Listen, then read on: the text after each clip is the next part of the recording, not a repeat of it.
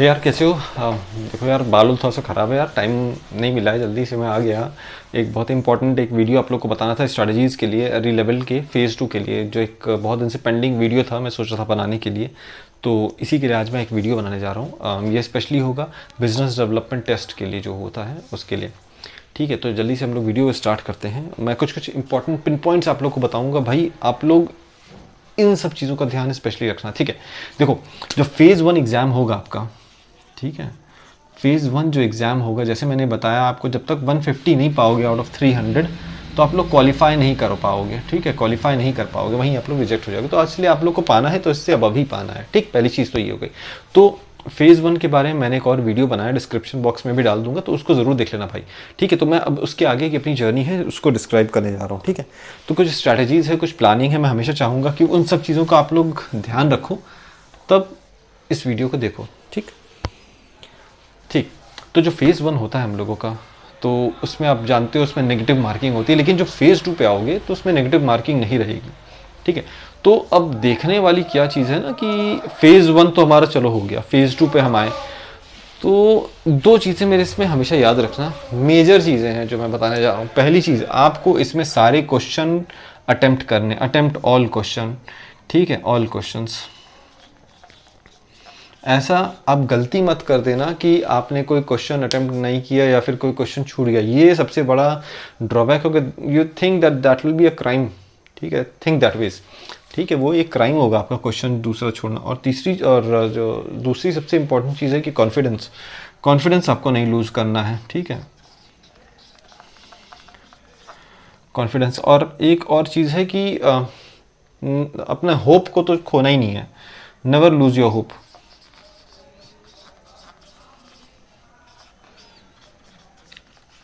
ये तीन पिलर्स पे आप लोग एकदम स्टिक रहना। ठीक है, इन तीनों को आप एकदम, जब फेज़ 2 वाले एग्जाम दो तो इन सब चीज़ों को आप हमेशा अपने ध्यान में रख के ही देना। पहली चीज़ तो अपने सारे क्वेश्चंस को अटेम्प्ट करना, कोई क्वेश्चन खाली नहीं छोड़ना। जैसे ईमेल आया तो ईमेल छोड़ दिया, नहीं, वो सब नहीं। तो इन सब चीज़ों का आप स्पेशल ध्यान रखना। कोई वीडियोस, जैसे अब मैं इसके डिटेल टेस्ट बताने जा रहा हूँ कि फेज़ 2 में होता क्या है, कैसे कैसे टेस्ट होते हैं। ठीक है, मैंने पूरी डिटेल बना के रखी है। और एक चीज़ मैं आप लोग को और दिखाना चाहता हूँ कि मैंने कितने कितने अटैम्प्ट्स टेस्ट दिए। मैं इस टाइप से करता रहा, ये सब मैं हर दिन जो टेस्ट देता रहा, किस किस तरीके से हर दिन का मैं टेस्ट, कितने कितने क्वेश्चन पाया, कितने नंबर पाए, तो ये सब चीज़ें थी। क्या क्या क्वेश्चन आए उन सब के मैं अलग से नोट्स बना के यूट्यूब पे सर्च करके, तो इस टाइप से मैं हर चीज़ की तैयारी करता रहा।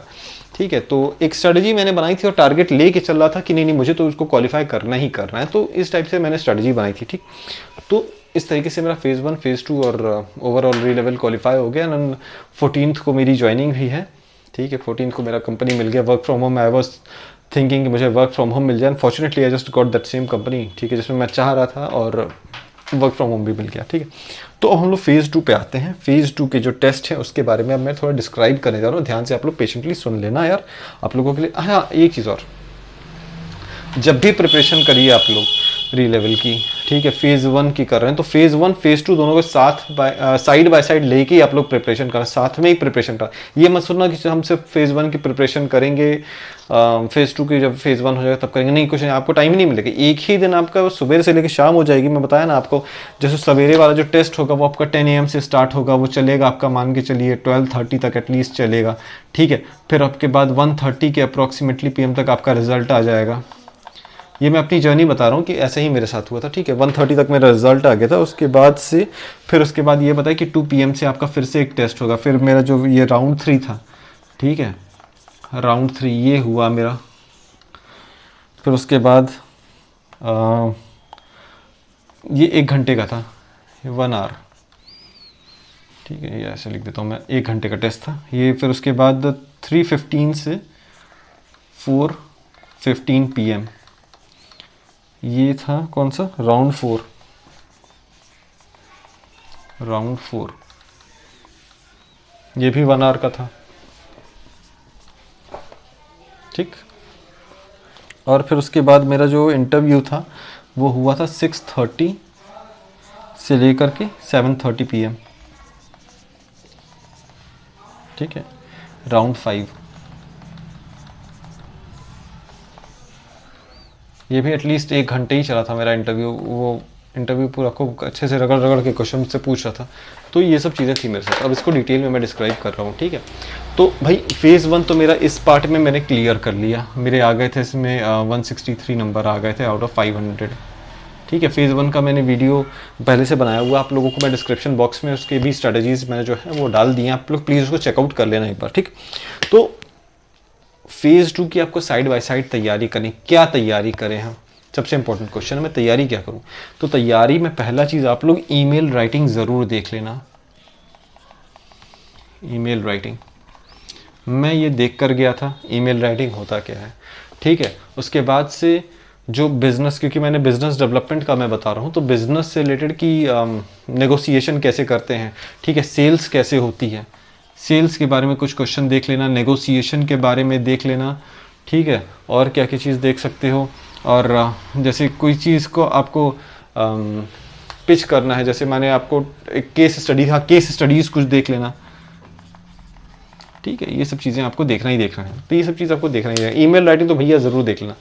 और जैसे मैंने पहले भी बताया कि कोई क्वेश्चन आपको छोड़ना नहीं, कॉन्फिडेंस में आपको हमेशा टॉप पे रहना, you have to always pull up your chin, ठीक है। अपने कॉन्फिडेंस में एकदम भरपूर रहना यार, उसमें कोई नीचे मत हो जाना, ठीक है। जब क्वेश्चन पूछेगा ना तो बहुत घुमा फिरा के भी क्वेश्चन पूछते हैं, मैं अभी जब इंटरव्यू पे आऊँगा तो उस पर बताऊँगा। तो जो 130 पे मेरा रिजल्ट आ गया था, मैं क्वालिफाई कर गया, तो तुरंत ही उसने बोला कि आधे घंटे के अंदर आपका राउंड 3 स्टार्ट हो जाएगा, ठीक है। राउंड 3 क्या होता है, राउंड 3 होता है, इस टेस्ट का नाम है टेस्ट योर कॉन्फिडेंस, ठीक है।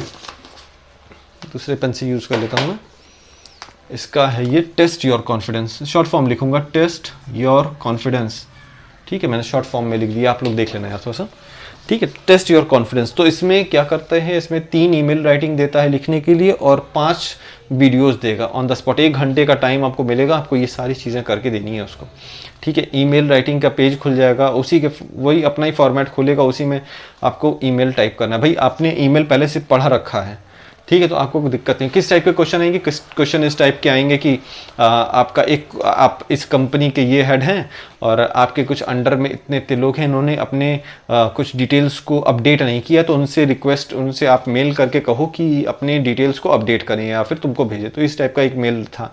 दूसरा मेल था कि अपने फ्रेंड को एक मेल लिखो, क्योंकि वो एक दूसरी कंपनी का हेड है और एक जगह पे वो लोग एक पूरा एक ऑर्गेनाइज करा रहे हैं, सारी कंपनीज आ रही हैं, तो उससे उसका एक टिकट मांग लो, क्योंकि वही उस ऑर्गेनाइजेशन का हेड है। तो इस टाइप से कुछ कुछ क्वेश्चन थे, ठीक है। और एक और क्वेश्चन था कि आपको अपने प्रोडक्ट के बारे में किसी को इन्फॉर्म करना है, तो कैसे इन्फॉर्म, तो ये सब 3 मेल मुझे दिए गए थे। तो 3 मेल हो गए मेरे पास, 3 मेल थे, 3 ईमेल लिखने थे हमको, और उसके बाद कितने वीडियो थे, 5 वीडियोज़ और बनाए थे, ठीक है।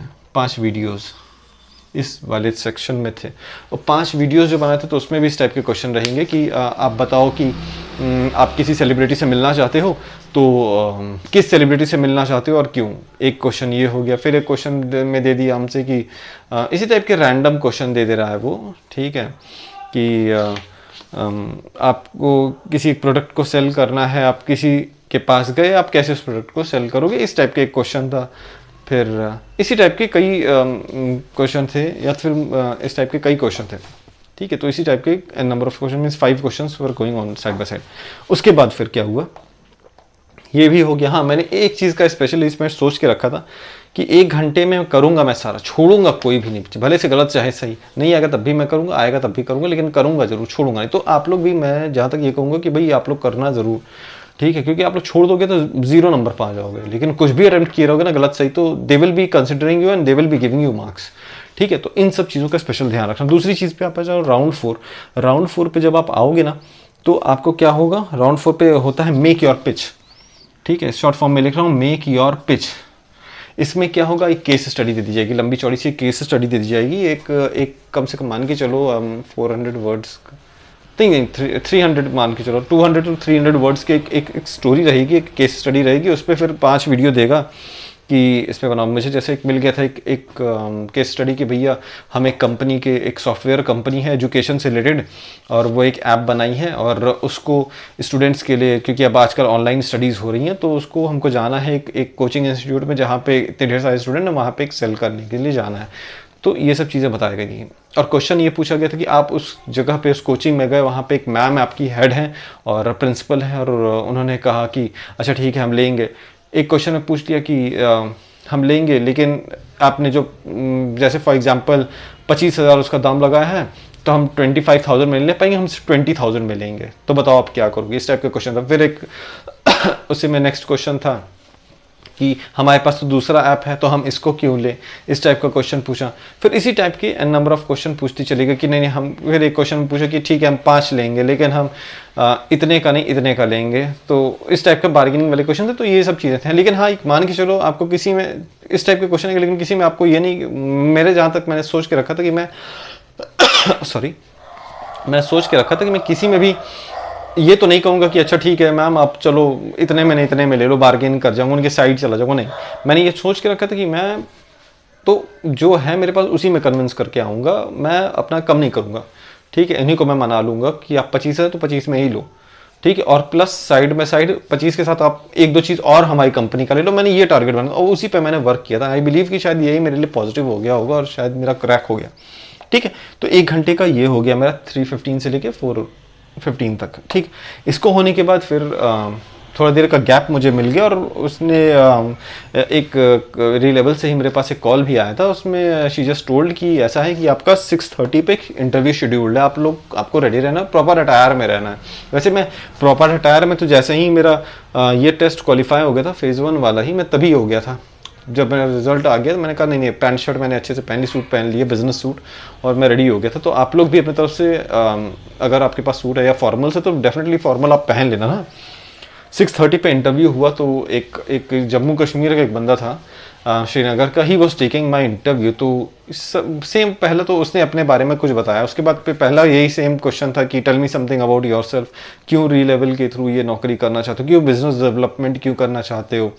ठीक है, तो ये सब क्वेश्चन पूछेगा। फिर उसके बाद कुछ केस स्टडीज़ देगा कि जैसे मान लो तुम यहाँ पे गए, एक अपने जैसे मान लो तुम्हें एक प्रोडक्ट मिला, तुम इस जगह पे मान लो एक स्कूल में गए, तुम उसको अपने बारे में उन सबको बताने के लिए उस प्रोडक्ट के बारे में, लेकिन वो प्रिंसिपल तुम्हें टाइम नहीं दे रहा है, बार बार तुम रोज़ जा रहे हो, रोज़ तुम्हें लौटा दे रहा है, तो ऐसे केस में तुम क्या करो। तो इसी टाइप के कुछ आपको सिचुएशन रिएक्शन आपका चेक करेगा।